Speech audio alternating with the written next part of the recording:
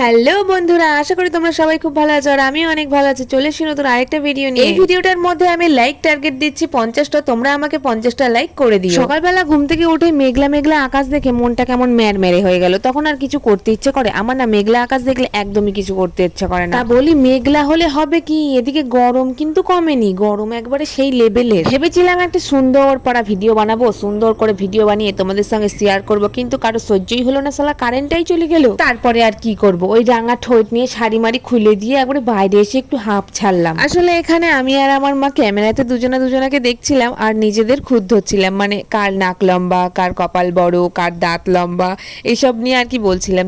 দুজনাকে তো ভীষণ অপমান করি আমরা, কিন্তু পরে আবার সব ঠিক হয়ে যায়। মা বাবাকে ভালোবাসে না এমন খুব কম সন্তানরাই আছে। এইদিকে দেখো আকাশটা দেখো কেমন ম্যাড়মেড়ে হয়ে রয়েছে, দেখলেই রাগ উঠে যায়। চলো এবার একটুখানি শাক পাতা দেখাই তোমাদেরকে।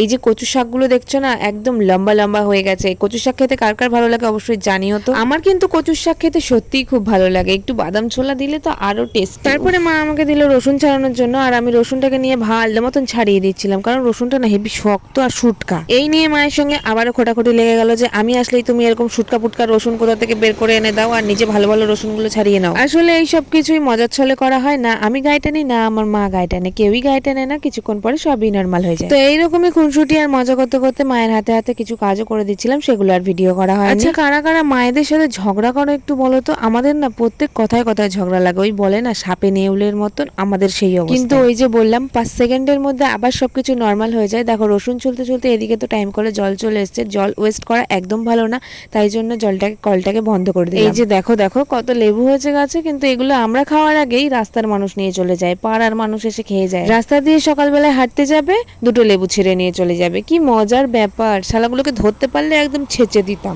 আগের দিন গাছে লেবু দেখবো আর পরের দিন সকালবেলা উঠে দেখবো আর লেবু টেবু নাই। আর ওই দেখো গাছে কাঁঠাল আর গোফে তেল, কেউ পাড়ার ভয় খায়। বাবাকে ওখানে আখ গাছ বুনেছিল, এই যে সেইগুলো। আসলে জায়গা ছোট, গাছপালা বোনার মতন অত জায়গা নেই, তাই জন্য ইচ্ছে থাকলেও আমাদের আর উপায় নেই। এইটুকুনির মধ্যেই যেইটুখানি করা যায়। টাটকা টাটকা শাকসবজি খাওয়ার জন্য তো এইটুকু করাই যেতে পারে। এইদিকে দেখো কখানা লাউ শাক হয়েছিল, আর এইদিকে দেখো নারকেল গাছের পাতাটা কি দারুণ লাগছে, আকাশের সাথে একদম পুরো মিলিয়ে গেছে। আর তারপরেই আছে দুটো ছোট্ট ছোট্ট সাদা ফুল গাছ, যেগুলো 1 বছর আগে লাগানো হয়েছিল, বাট এখন খুব সুন্দর ফুল দেয়। বাবা শখ করে লাগিয়েছিল একটা লঙ্কা গাছের চারা, আর এদিকে দেখো একটা পেয়ারা গাছের চারা। এগুলোই এখন বৃষ্টির জল পেয়ে খুব সুন্দর বেড়ে উঠছে। তো এই ছিল আজকের ভিডিও। ভালো লাগলে অবশ্যই লাইক কমেন্ট শেয়ার করে দিও। দেখা হচ্ছে নেক্সট ভিডিওতে, আর আমাকে 50টা লাইক করে দিও। টাটা।